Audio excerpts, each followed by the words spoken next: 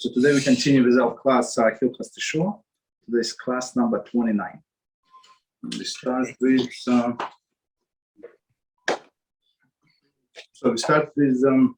Sefer Chofetz Chaim. Big topic is Avak Hilus.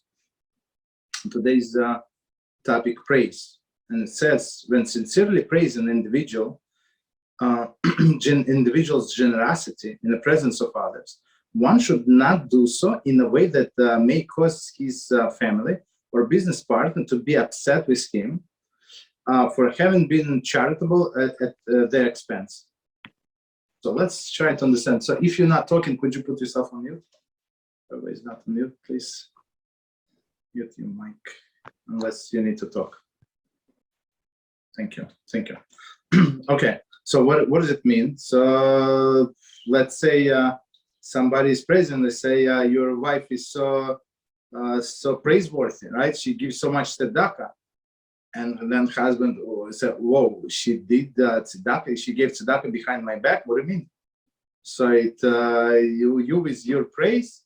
So you were thinking that you're doing a good deed. Actually, it caused the strife in the family. Or opposite, right? He gave a lot of tzedakah, he helped these people, that people, and he neglected his children. Not good, right? So, and his wife heard it, or his children heard it. Acknowledging the major donation in the presence of the donor's spouse of offspring may arouse feelings of his or on his or her part that the family's money is being mishandled, right? So a child would say, why did he donate so much money to somebody else while I want what do I want? I want a new car, right? And they gave it to some strangers. If recipient was good, had good intention, only would be guilty of speaking of rechilus.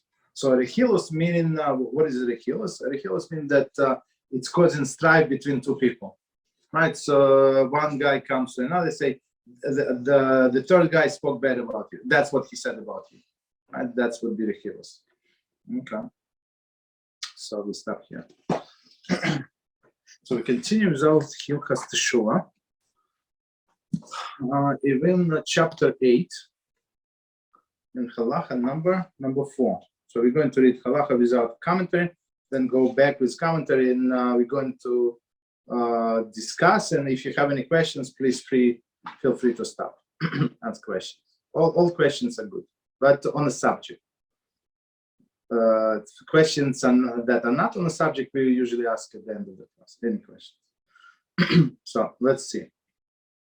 How many metaphoric terms have been used to refer to the world to come? The mountain of God, Psalm 24:3, the holy place, the holy path, Ishayahu 35:8, the courtyard of God, Psalm 65:5, 92:14, the pleasantness of God, also Tehillim 27:4, the tent of God, 15:1, the place of God, 5:8, the house of God, 27:4, the place of God. Okay, the place of God. So let's see. There is only one comment, so we can read it right now. So all of these things refer to the world to come. So just to summarize for those who join us for the first day today. So here in chapter 8, Rambam is talking about the world to come in Gan Eden, and the rewards that righteous people who are going to go to Gan Eden, Bezras HaShem, is going to receive. So, and definition of the righteous person is very simple: is the person who has more merits than sins. That's it. So it's not completely righteous person. He has sins, no problem, and he has no sins that for which he's banned from the world to come. So he's destined to go to this beautiful place. That's halacha about this place. Commentary. The commentaries have raised many questions concerning this halacha. Why did Rambam cite so many metaphors? Okay. Why did he choose these terms and omit others? For example, the land of life, Psalm 27:13. Which rationale did he use governing the order of these phrases quoted? So just to understand, when Rambam is talking, it like every word in the right place. And if he included something, it means a lot. And if he did not include something, also it's supposed to be for a reason. So that's what they trying to understand why he did not include, for example, this the land of life, right? As we said, life. Every time the Torah said life, it's mean life in the world to come. World to come meaning Gan Eden, not the Messianic time. It does not preclude Messianic time, but not in this context. Among the answers given is that this expression reflects the spiritual reality. Spiritual reality. Let's see. The expression of courtyards of God is a plural term, implying that it refers to two levels: the inner courtyard and the outer courtyard. So we're talking about spiritual terms, just so in heaven. Thus, in total, there are 10 levels mentioned here. According to Kabbalah, there are 10 divine powers, spheros, right, which are the source of all creation. So we're not going to go into Kabbalah, but it's like general for our understanding, and it's not Rambam, it's a commentary on the Rambam. Hence, the world was created with 10 statements of creation. So as we know, the world was created with 10 statements. Why 10 statements? Many explanations for that.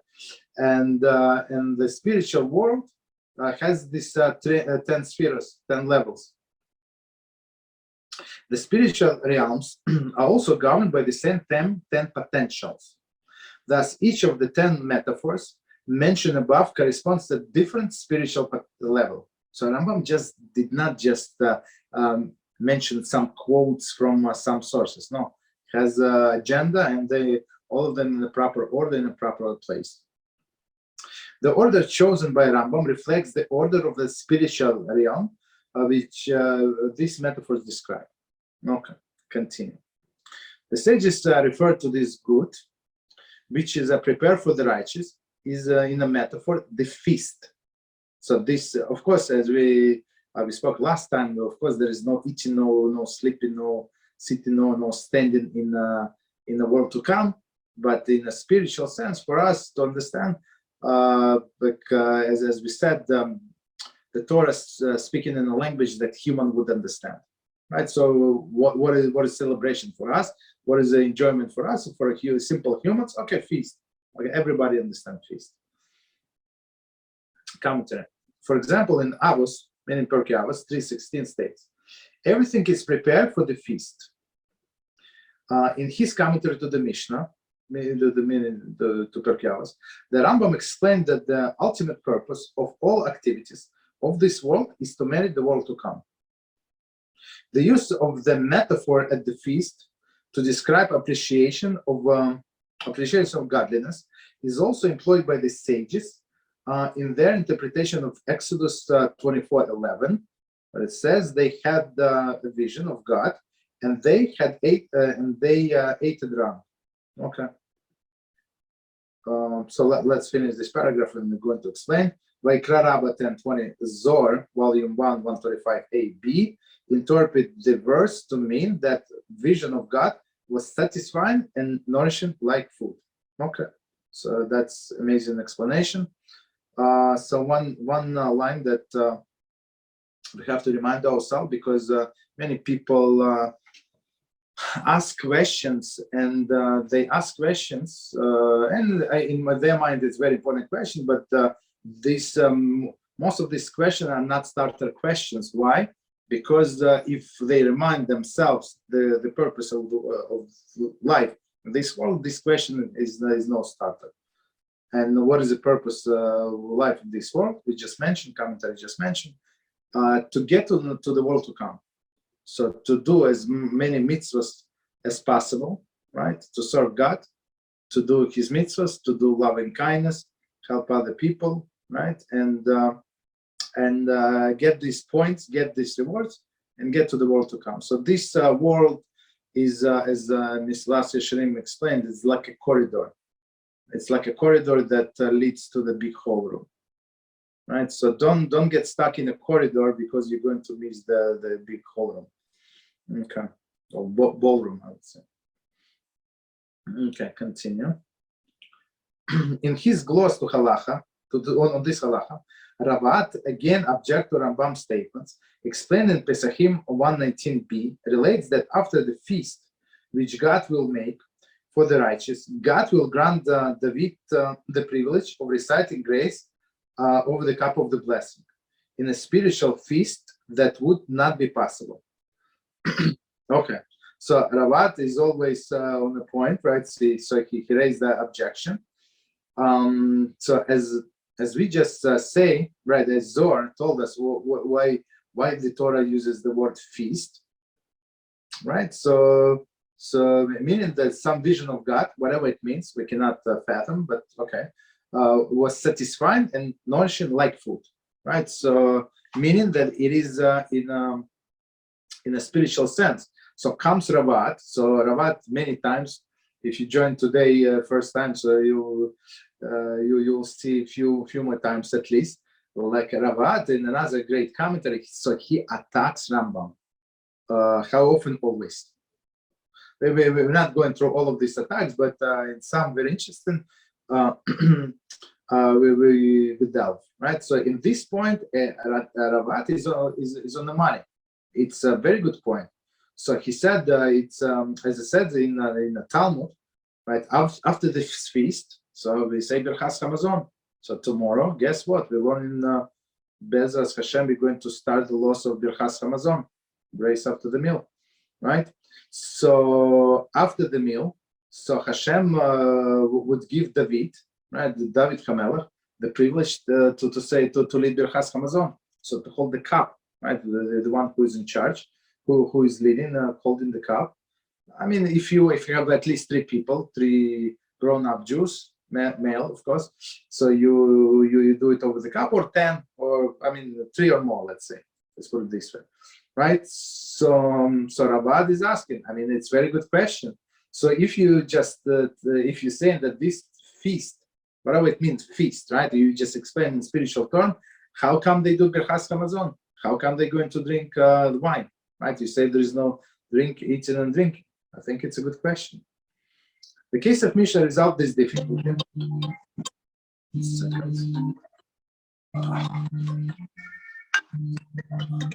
Sorry. The case of Mishneh resolved this difficulty according to the principle mentioned above. The feast that Ravat describes will be held in Messianic age. That's it. It's as simple as it is.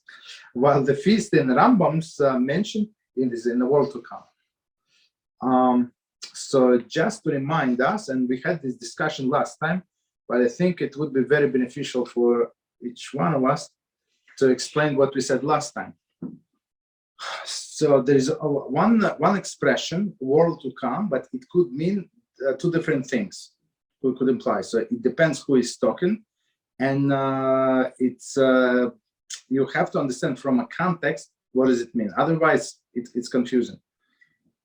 So in this case, Rambam, when he's talking about the world to come, he means the world of souls, meaning Gan Eden, right? When after people die, they go to Gehenom for some time. Some of them forever and ever and never. But some, let's say they did only minor sins, they go to Gehenom for 1 day, for 2 hours, for 100 years, million years, and then after that they go into Gan Eden, eventually, right? Not everybody, but let's say righteous people. So they go to the right place, and this place is called Olam Haba, the world to come, right? But there is also Olam Haba. The term Olam Haba is used for Messianic age. So Messianic age, when Mashiach is going to come, Be'ezras HaShem, speedily nowadays, right? And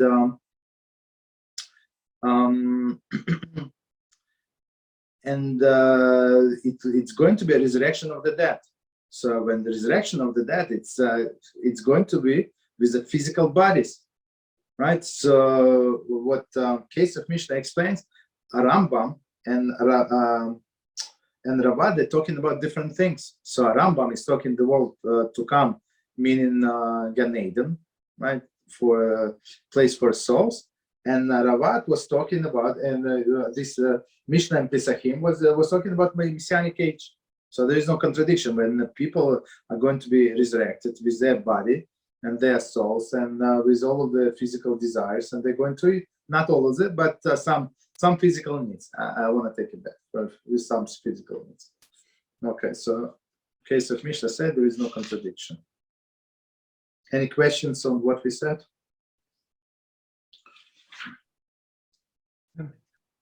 Go ahead. So what would be the difference? Are these two periods in the same period? Are two different concepts or two different opinions between Gan Eden and Olam Haba? No, it's not it's two absolutely different periods. So righteous people, well, let's say Abraham Avinu, or even before I don't know, right?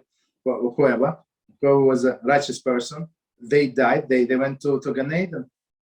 So they're still in the Gan Eden, and they're going to wait in Gan Eden, Moshe Rabbeinu, all of this, Rabbi Kiruv, all of the great people, until the Messianic age.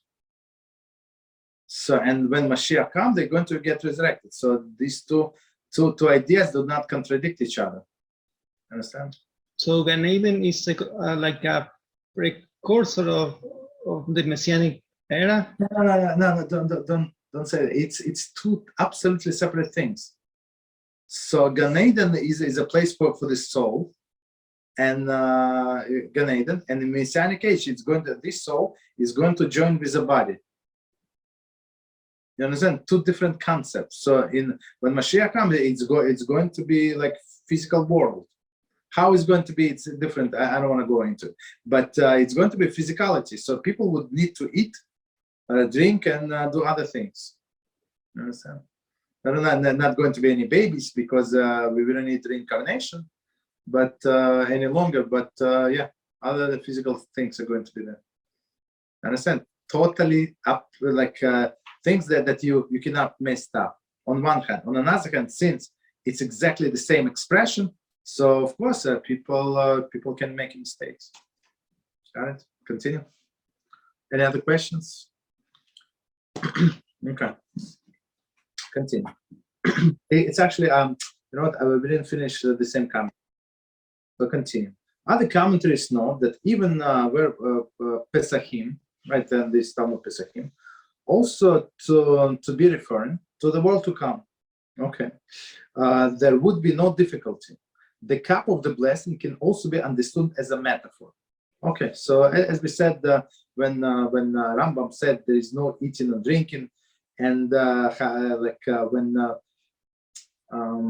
when it says in a verse what we learned last time, the tzaddikim are sitting in a circle around Shekhinah, and Shekhinah in the middle. So Rambam said, so how can they sit, right? If there is nobody, how can they sit? So like he said, it's all metaphor, and sitting means desisting from work, from any activities, basically. Okay, so to explanation, me personally, I like the second explanation better, but this also makes sense. Nevertheless, it must be emphasized that most major rabbinic figures agree that feast referred to by our sages will be meal of food and drink in which Leviathan, right, this huge fish, and aged wine will be served. Okay, so HaShem is going to do shkita initially of this huge fish. Initially, there were two, right, male and female, but HaShem understood, and they're going to multiply right now. They're going to kill the whole world. So what he did, I think he killed the female, right, and the only male is left, and it's huge, huge. So, and at the end of the time, it says that HaShem is going to make a sukkah from the skin of this this fish, and we're going to eat this fish. So it's kosher. Guess what? See the statement of Rav Sadia Gaon, The Path of the Faith, chapter 10, section 10, chapter 2, and the commentary Ramban and Rabbeinu Bachya on Bereshis 121. And the commentary Rashba, and Maharshan Baba Basra 74b. Indeed, Rav Abraham, the Rambam son, in a text of Milchemet HaShem, writes that Messianic age, God will make feast for the righteous. Okay, so sometimes the commentary would use this Abraham ben the Abraham's son. Okay, so he also confirms that what his father meant, meaning what this feast is going to be in Messianic age. So as I said, I like this explanation better. It's clear, absolutely clear. So we know that it's going to be this is world of the souls, and next one the world of the bodies, when the soul is going to join the body.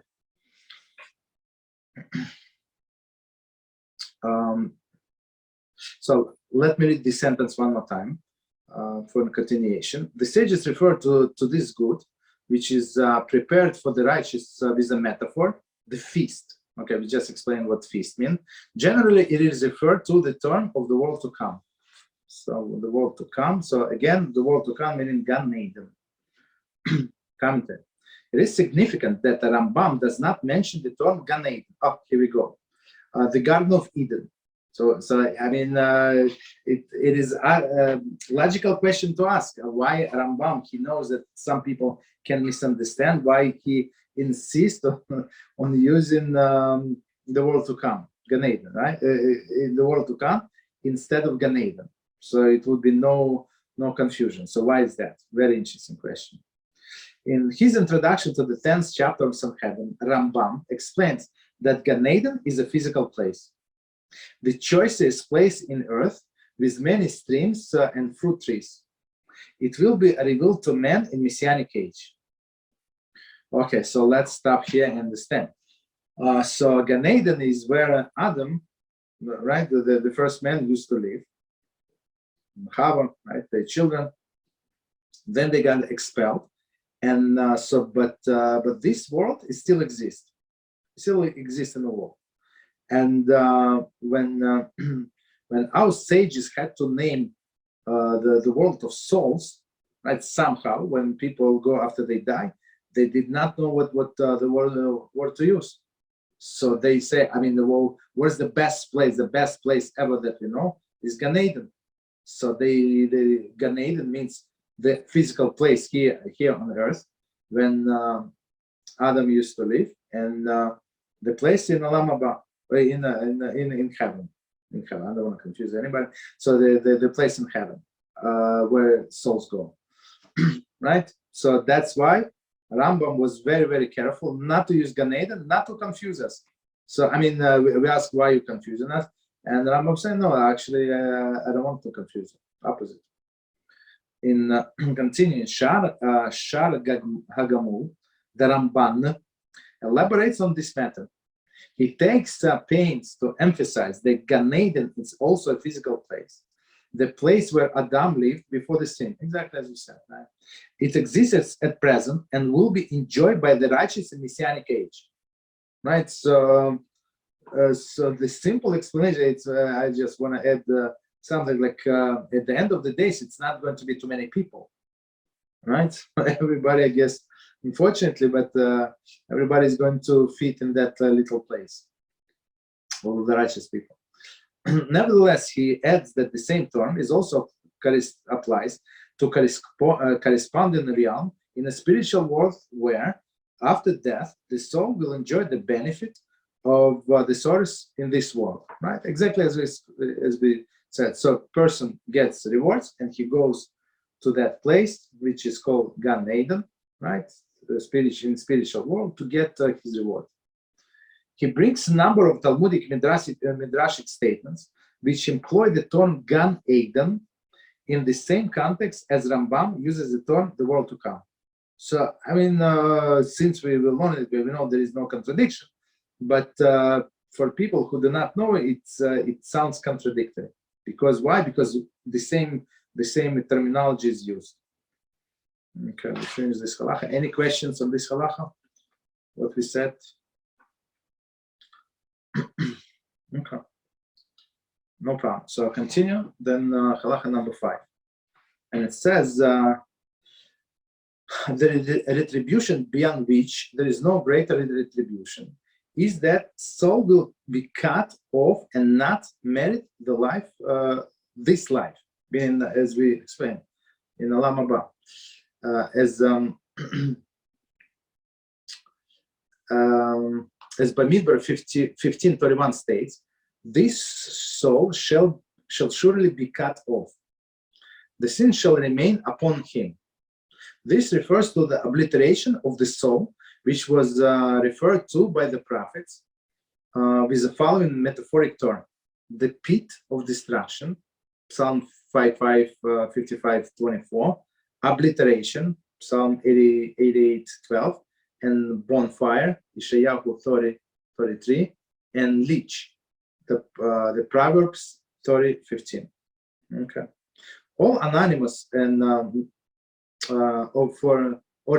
synonymous for nullification and destruction are used to refer to it, for it is an ultimate nullification, after which there is no reward, and ultimate loss which can never be recorded. So some people say, no, everybody have a portion of will to come. No. The soul is going to live forever? No.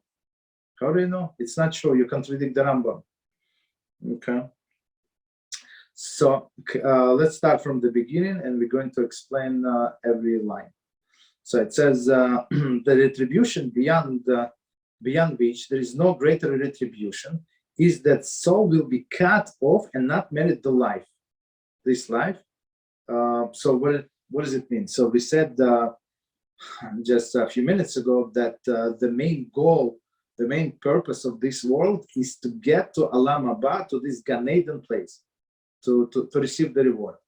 So basically, where it says that person, the soul is being cut off, so meaning it was this life was to waste, right? So, but on another hand, as Rabbi Reuven Shlita says many times, so what happens to the soul? Is it lost? Like he's not getting he's not going to go to the good place. That's it? No, that's not what it means. He's not going to good place, but he goes to the bad place forever and ever.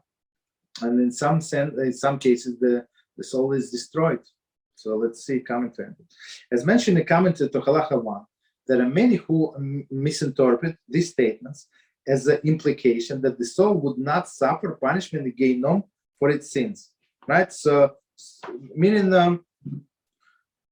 just remind us that this commentary is Chabadnik. His Zayich is Chabadnik, right? So it says clearly, so as we just mentioned, right?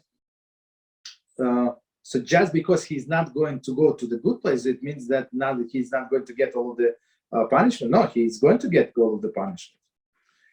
Indeed, this was one of the reasons why many of the leading rabbis of the Alsace Lorraine community, I'm not sure, probably in France, consider banning the Book of Knowledge, the first of 14 books of Mishneh Torah, meaning this book, and prohibiting its study because of this, because of the statement that like looks like, without commentary, without like further study, it looks like, I mean, I'm not sure how could they derive this conclusion. I mean, if you want to derive, you can derive any conclusion you want. But they say that maybe Rambam was implying that the world, that the soul is cut off, and that's it. And it's, I mean, I don't know, it's just hangs around, right? That soul is not going to get this Gehinnom forever, right? So it's not true. That's not Rambam was the holiest man ever, right? Not, yeah. I mean, one of the holiest people ever lived on this world. So how could he be? How could he make such a heretical statement? So I'm not sure why they drew such a conclusion. I'm not sure. In a polemic written in defense of that work, Ramban brings example, see the commentary to Halacha 1, to show that Rambam also believed in other punishments. I mean, why would he not? However, he saw chorus, right, some pronounce karet, as the ultimate punishment and the most total retribution, meaning ultimate punishment person is never going to get into Olam Haba. As we said, some people, even though they did many sins, eventually they're going to go to Olam Haba, but not all. So as a verse in Bamidbar 15:31 states, this soul shall surely be cut off. Okay, commentary. Halacha 1 quotes the sages as explain the repetition of the word. So it should be cut, right? Cut off the world from this world and cut off from the world to come. So meaning the person is going to die earlier, his children are going to die, and he's going to lose the world to come. Not a good situation.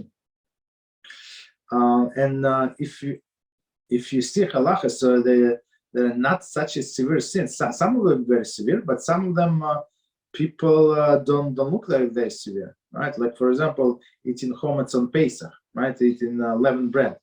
Somebody drank beer, right? Or ate pizza. They ate cookies on Pesach, right? So beer maybe not a good example, but cookie, right? And he ate kezayis. Kezayis is 1 ounce, 28 grams. So that's it. The soul is being cut off unless a person does Teshuvah, right? His sins shall be remain upon him. What does it mean? 41. In a contrast to others, such a person's sins cannot be purged by the punishment of Gehenna. So here is this righteous Chabadnik, right? Said that that he's going to suffer forever and ever, right? This clown. What is this clown? What is it? Friedman? Menis Friedman. Right? So he said, and he's laughing on the video. We make a video, a clip out of it. So he said, why would somebody send the soul to Gehenna forever to suffer? Right? Because he never learned Rambam. That's what Jewish ideology is. Right? And there are many people clapping. And some of them think that they're religious, even they're religious from birth. It's very sad what's going on today. This refers to obliteration of the soul, which was referred to by the prophets in the following metaphoric terms: the pit of the destruction. Okay, so commentary on obliteration of the soul. 42. The Sifra states, the meaning of the term karet, chorus we say, right, raises question. However, since in Vayikra 23, phrases 29 Torah states, any soul who does not fast will be cut off. I will obliterate that soul. So it's probably talking about Yom Kippur, right? So whoever is not going to fast, HaShem said, I'm going to cut this soul, and that's it, will be cut off. I will obliterate this soul. We may presume the chorus also involve the obliteration of the soul, meaning it's gone. I'm not sure where it's gone, but at some point. But Gehenna cannot fix the issue. So we can fix the issue. It's very interesting, right? So Hashem said, my Gehenna with all of the powers cannot fix the issue, but you, little Jew, can fix the issue if you do Teshuvah. You did Teshuvah, you said, Hashem, I'm sorry, I'm not going to do it again, and you go through the whole process, and you fix the whole situation. And a million years of Gehenna cannot. So we have to think about how powerful Teshuvah is, right? And how great is Hashem's gift, right? It does not cost you any money. Just say, I'm sorry, I mean, nothing, no suffering. Just say, I'm sorry. This refers to the obliteration of the soul, which was referred to by the prophets with the following metaphoric terms: the pit of destruction. It says Psalm 54:24, obliteration 88:12, the bonfire, Ishayahu 30:33, the leech, Proverbs 30:15. Okay, so it's 43 commentary. In the previous halacha, the reasons why Rambam cites the metaphors and quotes them in order, in this order, is problematic. Among the resolution offered by the commentary is that according to Kabbalah, there are 4 degrees of klipa, right? Klipa, the evil. I'm not sure. Klipa is not evil. It's like a shell. Okay, and they are alludes by these 4 terms. Okay, it's very interesting. So why again, like if Rambam took these 4 specific metaphors, it's not just for he said for example. No, they correspond to 4 levels of klipa. Klipa is a shell, like spiritual shell when person creates himself when he sins. So the more person sins, the more shells like he creates. The thicker the shell, the further he's from HaShem. We learned it, I don't know, like maybe a few weeks ago. Okay, continue. All the synonyms, sorry, for nullification and destruction are used to refer to it for it is the ultimate nullification, after which there is no renewal, and the ultimate loss, which can never be recovered. Ultimate loss that will never be recovered. 44. So we're going to comment on Ramban again. In the Shar Hagamol, the Rambam takes issue with the concept, with this concept, and explains that it is impossible for the sublime soul to be nullified or obliterated. Okay, Emek Hamelech TIKKUN Teshuvah, Torah or Parsha Yisro, and other Kabbalistic texts stress this point, emphasizes that the soul is a spark of God. Thus, it is an eternal entity that can never be nullified. Due to the severity of the sins, the soul may not merit to attain the spiritual reward of the soul after death. The Rambam's interpretation of the world to come, right? This one. So, but of course, I mean, if I just want to add. So, if soul is not going to get the place in the world to come, needless to say, it's not going to be resurrected in the Messianic age, right? That's a given. However, ultimately, even such a soul will be resurrected together with the entire Jewish people, the Kabbalistic interpretation of the world to come. It's going to be resurrected and it's going to die. So our commentaries say, so why? I mean, why you give them the resurrection, right? And they say clear. Our sages explain, so they would see what exactly they're missing, and see how righteous people who they were scorning and laughed at during their lifetime, what they're going to get.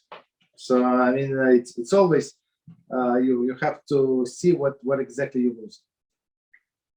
In that context, the Sefer Hagil explain how the above principle can be reconciled with our sage's statement that a certain individual will not merit a portion of the world to come. It's explained that every Jewish soul will merit resurrection. Furthermore, each different incarnation of the soul will be resurrected in an independent entity. So it's very interesting what they say. And so let's finish, and I'm going to explain. However, if a person commits sins so severe that he was denied the portion in the world to come, the particular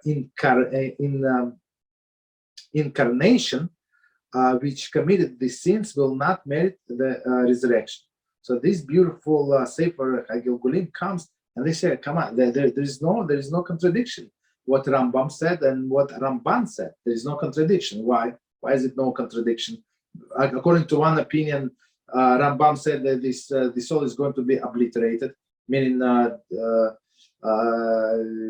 right, obliterated. Right? And according to another opinion, no, all of the souls are going to get resurrected. So this beautiful explanation is there is no contradiction, because many souls have come here for a few times, more than one time, right? So they have different reincarnation. So maybe this last reincarnation, right, that was very wicked, is not going to get a chance to resurrection. Not maybe, for sure, yes.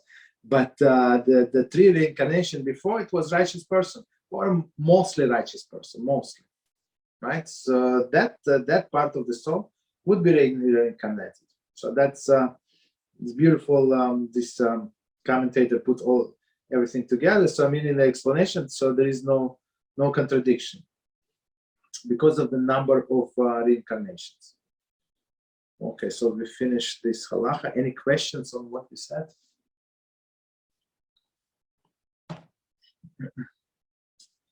Okay. No problem. So I think we can do one more halacha. So we're going to halacha number 6, and it says, one might think lightly of this good, the world to come. Imagine that the reward for the mitzvahs and for a person following completely the path of truth is solely for him to eat and drink good foods, have intercourse with the beautiful forms, wear garments, linen and lace, dwell in ivory palaces, use utensil of gold and silver, and other similar idea as conceived by the foolish, decadent Arabs who are flooded with lewdness. So they want 72 virgins, or I don't know how many virgins they want, but that's their mind is in lewdness, right? And they don't even try to hide it, right? In a contrast, the sages and the men of knowledge know that all these matters are vain and empty things without any purpose. They only considered of great benefit for us in the world, in this world, because we possess a body and physical form. All these matters are needs of the body, right? The soul only desires them and lusts for them because the needs of the body, so that its desires will be fulfilled and health maintained.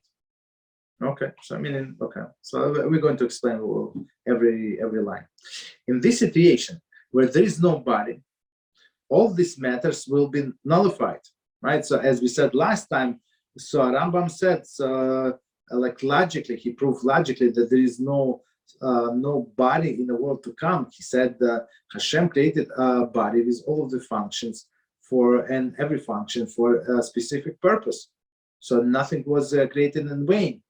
So why would the person need the body up there if there is no use? So it's useless. So it's like Chas v'Shalom, Hashem creates something for no use. So of course it's not true. So that was the logical proof that there is no body there. Okay, continue. There is no way in this world to grasp and comprehend the ultimate good which the soul will experience in the world to come. We only know bodily good, and that is what we desire, right, in this world. So we know bodily good, that's all we desire. Okay. However, what ultimate good is overwhelmingly great and cannot be compared to the good in the world except in a metaphoric sense. So as we said before, there is nothing to compare to. So a human being can understand concept if you describe, like in comparing to some other things that he has some knowledge about, right? Even vague knowledge, but he can imagine them and build upon them. But if there is no such a concept, so in this world, so we cannot describe it, right? So as the Rabbi Mizrahi Shihya always says this, how can you explain color blue to a blind person, right? So Rabbi Mizrahi says, you tell him it's blue like a sky. So you say, well, what is the sky? Okay, the blue like a sea. He said, what is the sea? You understand? So I mean, go try to describe him colors for him, right? But if some people, they were born normal, and after some, I guess, accident, something happened and they went blind. So if you remind them the color blue, they would remember color blue, so they would imagine. right? So same with us. We, in some sense, we are this blind person who does not understand this spiritual reward and greatness of the spiritual reward. In truth, there is no way to compare the good of the soul in the world to come to the bodily good in this world. Rather, the good is infinitely great, with no comparison or likeness. This is alluded by David's statement that Psalms 31:20. How great is the good that you have hidden for those who fear you. Okay, so finish. I'm going to go to the beginning and try to explain these commentaries, of course. So let's see. Number 6 from the beginning. One might think lightly of this good. So this reward okay, so what is this reward? Right? The world to come. So what is this good? The world to come. Imagining that reward for the mitzvahs and for the person following completely the path of the truth is solely for him to eat and drink good foods, right? That's a reward. Like this feast, right? This empty people would understand the feast in a straightforward understanding, like a meal. Have good foods, have intercourse with the beautiful forms, wear garments of linen and lace, meaning very nice garments, dwell in ivory palace, so you have all these penthouses, whatever, great apartments, use utensils of gold and silver, right? And other similar ideas as conceived by the foolish, decadent Arabs. Okay, so what do we say about Arabs? So commentary. The common Arabs in Rambam's time and many other primitive people also believed that the righteous would merit the eternal existence after the world, after death. However, instead of appreciating the spiritual nature of this existence, they conceive of it, right, the material terms, view it as an extension of physical good. So that's what these primitive people thought. I think that they believe in this till this day. Nothing changed. I don't think this part changed. So this is as conceived by the foolish, decadent Arabs who flooded with lewdness. Okay, that's what they want, lewdness. Commentary. Kiddushim, Talmud Kiddushim 49b states, 10 measures of lewdness descended to the world, 9 were taken by Arabs. Right? Very nice. In a contrast, so that's why they dress women like they do. So because they're crazy. Right? In a contrast, the sages and men of the knowledge know that all these matters are vain and empty things, right? Without any purpose. So vain and empty things. Commentary. As Rambam proceeds to explain, there is no intrinsic value in material satisfaction. It is only because of our physical needs that we attain value to these pleasures. But once this pleasure is gone, that's it. It's like history. You would not remember a few minutes later. Right? Without any purpose. Commentary. In his introduction to the 10th chapter of Sanhedrin, the Rambam explains that even within the context of the material existence, a person will often forego physical satisfaction because of ideological conflict or enhance of his reputation. Thus, we see that even in the physical world, these pleasures are not considered the ultimate good. Right? So when somebody wants to go to a different spiritual level, okay. Surely within the context of the spiritual existence and the world to come, they are of no value. Right? So all these physical things. Okay. Continue. They are only considered great benefit to us in the world, in this world, because we possess the body and physical form, right? So we have physical needs, so that's why we enjoy these things. All this matters no need of the body. All this matters are needs, are needs of the body. Okay. So it's not needs of the soul. Soul needs only Torah, right? And only Torah. but the body needs all other things. The soul only desires them and lasts for them because the needs of the body. That's it. So that its desires will be fulfilled and its health maintained. Commentary. In Hilchot Dios 4:1 states, maintaining the body healthy is and complete is the path of God, for it is impossible to comprehend or grasp any aspect of the knowledge of God while one is sick. So just to remind us what we said there was, I don't know, a long time ago, when we learned Hilchot Dios. So we said that a person is obligated to take care of his health, right? It does not mean that has to eat 7 or I don't know 10 vitamins every day. It's not going to help. But basic things, right? Eat healthy, exercise a little, walk outside, have fresh air, drink clean water, right? So all of these good things, right? Don't eat bad food, even though it's kosher, fat food. All this bad food, like maybe little on Shabbos, but otherwise don't do. So basically, what it's actually halacha to be healthy. Why? Because when person is sick, he cannot comprehend HaShem. So his thoughts on his pains and his agony, so he cannot concentrate on one idea. Healthy people sometimes cannot concentrate on one idea. They space out after 3.5 minutes. Okay, so needless to say, sick people, right? Continue. According to chapter 3 of that section, he prescribes a middle course of behavior, which tends neither to asceticism nor to overindulgence of the material pleasures. So this ascetic lifestyle, like as this monks, Christian monks, and other clowns are living, so it has nothing to do with Judaism, nothing to do with holiness, right? As Rambam said, you have to go middle of the road, right? Eat normal, sleep normal, do everything normal, and be spiritual person, right? And it's one extreme, and another extreme, this overindulgence. Right? Why do we have to eat like just because the food is free somewhere? It does not mean that we have to finish it, everything, right?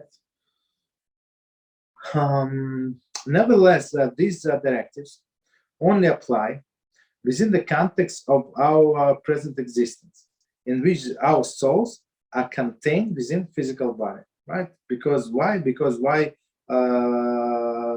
has special needs, so it needs to eat in order to produce the strength. Okay, but it does not have to overeat or eat all of the bad foods or expensive foods, so that person have to take work with extra overtime just to make his ends meet because he wants to eat in a fancy schmancy restaurant. Continue. In a situation where there is no body, all of these matters will be nullified. So straightforward. There is no way in this world to grasp and comprehend the ultimate good which the soul will experience in the world to come. So as we explained before, there is no tools how you can gauge that reward, right? Simply. Commentary number 15. In his introduction to the 10th chapter of Sanhedrin, the Rambam states, just as a blind man cannot appreciate the hue of colors, the deaf man cannot grasp the sound of the voices, and the Enoch desire for sex, so too our bodies cannot appreciate spiritual pleasures. Cannot, right? But okay, so let's finish and we're going to explain. The very nature of the material reality prevents any complete and actual awareness of the spiritual truth. As explained in the following halacha, even problematic vision is incapable, even prophetic vision is incapable of appreciating the true nature of the world to come. So just because somebody is a prophet does not help him much to see to understand the world to come, right? Some have experience, they saw something, they saw Yechezkel, so like Shina, whatever he saw, right, the chariot, and he explained, but he explains the physical form. Right? Did he understand completely? No. Do we understand? No. Okay, continue. We only know the bodily good and that which we desire. That's what we know. However, the ultimate good is overwhelmingly great, meaning in the world to come, and cannot be compared to the good in this world, except in metaphoric sense. So overwhelmingly great, commentary. Shmos Rabbah 30 verse 22 relates that this world, that in the world to come, when the Jew will see the reward for the mitzvah, they will appreciate how it is too great for the physical world to contain. So basically, I think it was Nebuchadnezzar. He took 3 steps toward the messenger to rewrite the letter, and HaShem rewarded him for this action with 70 years of rulership. I think it was Nebuchadnezzar, right? He was the strongest ever, right? 70 years. So I would say, look at this wicked one, right? What did he do? He took 3 steps, and he got such a great reward. It cost him exactly nothing. So how much every Jew is going to get reward for a small mitzvah, especially if they invest their time, especially if it was hard for them, and they did it for the glory of HaShem, right? So these 3 steps, HaShem paid him 70 years. So what about other when we learn even 1 letter of the Torah? Like there is this world, this life is not enough to pay for the smallest mitzvah. So it was Shmos Rabbah. So let me read the whole sentence again. However, that ultimate good is overwhelmingly great. So we just explained, and cannot be compared to the good in the world, in this world, except in metaphoric sense. 52. As mentioned in Halacha 4, we find the expression used by the Torah and the sages, which appear to describe the world to come in physical terms. However, to appreciate the intent of the expression, we must view them as abstract, as metaphors, and try to appreciate the spiritual concept which they communicate. So through all these metaphors, we're trying to understand the spirituality only. So I mean, as Rambam said many times.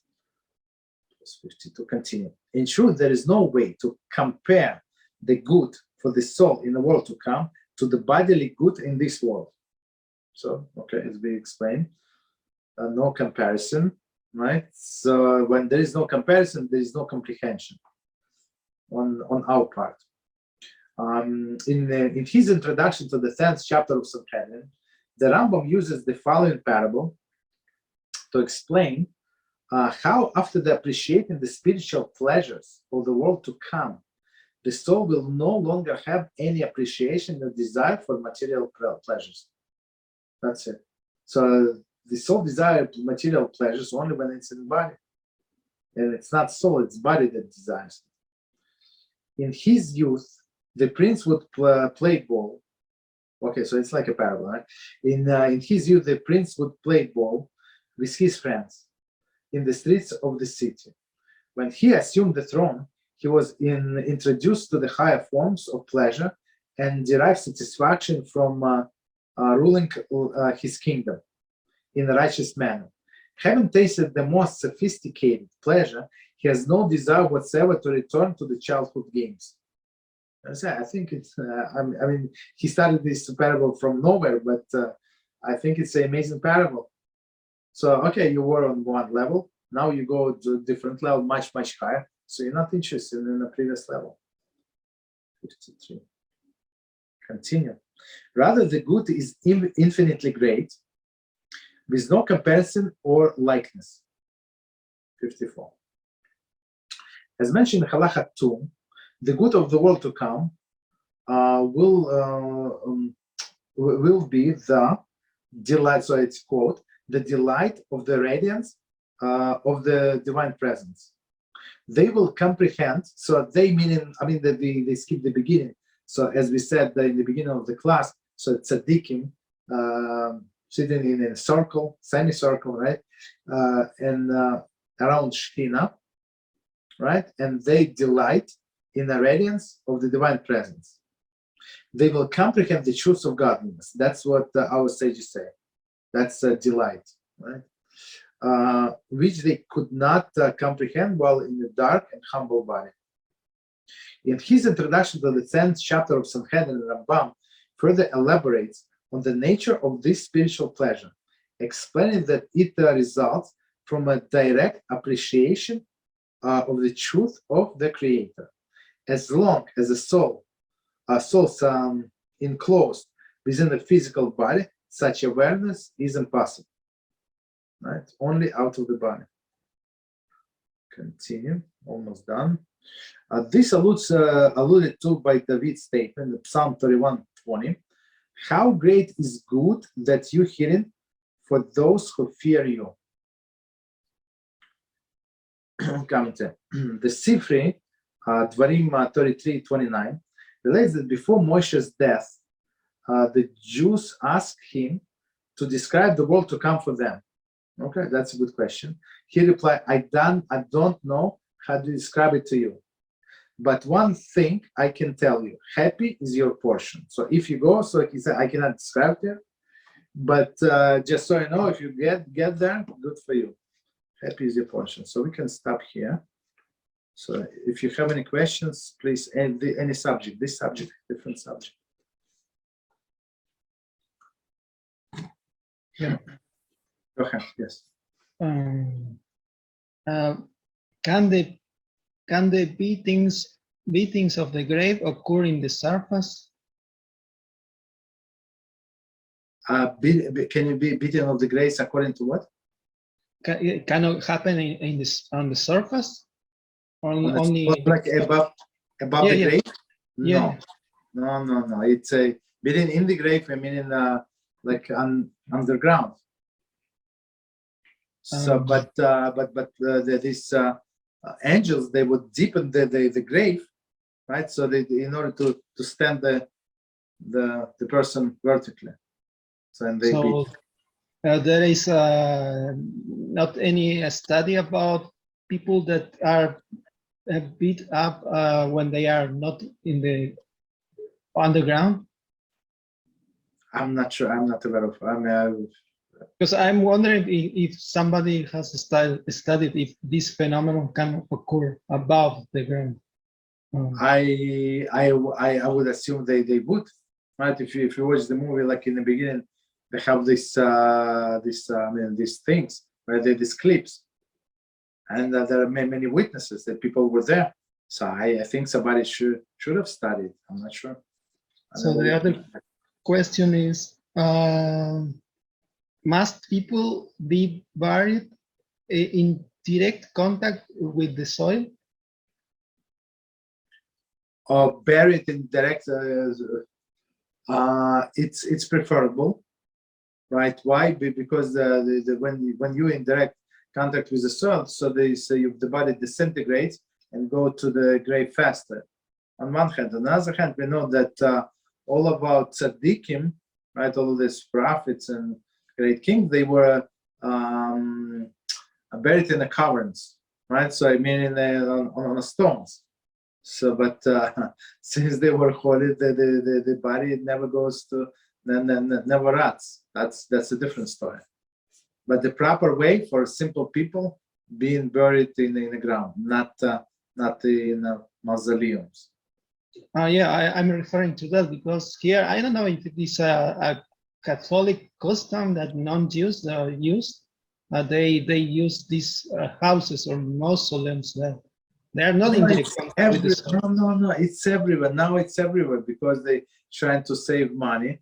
So they build these mausoleums, and they even in Israel I saw in Israel, but this cemetery was, I mean, parts was religious, but this mausoleums they stay in the center of the sector, and around you, if like religious and non-religious people can buy the grave sites. So, but I mean, in almost in every sector you have these mausoleums. So I mean, proper, but and it's cheaper. You understand? Some people buy it because it's much cheaper. So this practice can have any negative impact on the soul of the deceased? Since the great people were buried like that, like Abraham was buried, Sarah, and he was buried in that current, right? So I'm not sure, but it's proper for simple people to go, like if you know that you're not such a big tzaddik, to be buried in the ground and disintegrate and go into the ground. So all of these holy rabbis, right? Like I don't know how many years. So they were all buried in the ground, not in the wall in something like that. Yes. Another question related to this is a better idea to bury our loved ones in our properties if we have the possibility. I didn't get the question. Sorry. If it is better to bury our loved ones in our properties, not in a public cemetery. Oh. Why I ask this? Because here in Argentina, the government take a lot of money to have our loved ones, our deceased ones in the cemetery, and they take profit from this, and it's very much money. Of course, it's profit. I mean, it's a business everywhere, not only that. I mean, it's a good question, but this part of let's say it would be allowed, so you have to like treat that part of where you bury somebody like holy. You would not be able to step over the grave. You understand? Because part of the soul is there. So, and in some sense, you live next to the dead body. Is it good? I'm not sure. I'm not sure what these people do. Like sometimes these souls come out and go around. So you don't know. You don't want to be next to it, right? It's you don't go to the cemetery at night, and there's some impurity. So that's another thing to consider. So you don't want to come, even though there's loved ones, you don't want to bring this impurity next to you. You understand? So, and this impurity, they say, it goes from here all the way to the heaven, right? And that's why Elal, right? When they fly from America, they go through, not through Europe. They try not to go over the cemeteries. So they know where the cemeteries are in all these countries, right? When they go to Israel. So, and there's very, very possible that a Kohanim on a flight, a Kohen cannot get more impurity as he gets, right? So I mean, he of course he cannot avoid a complete impurity, completely not to get impure. That's understandable. But to get extra, he's not allowed. Absolutely not. And since it projects from the place from under the ground to the heaven, so they redirected the flights. It was a big issue with Elal, right? All of the religious people, not all of them, I mean, that they took them to court and they forced them to change their route. And I said, because of the Kohanim.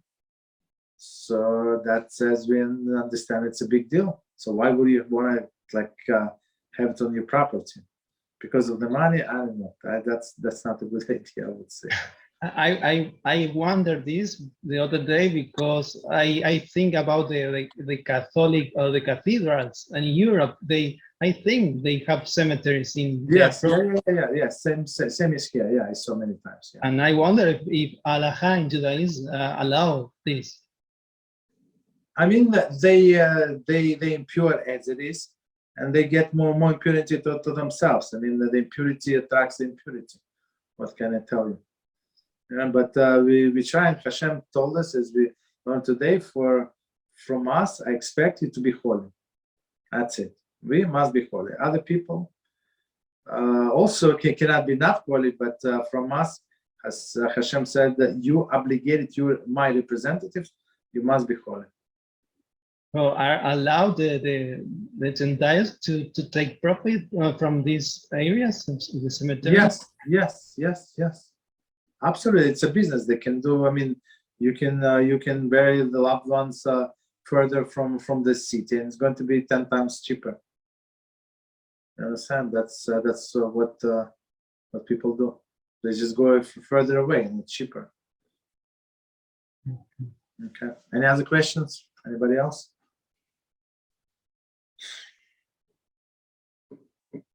Okay, if not, so we stop here. There's HaShem. So tomorrow we're going to do halachas of brachas. We're going to start the laws of Birchas Hamazon. Thank you very much, and good night if you don't have any questions. Good night. Thank you. Bye. Bye-bye.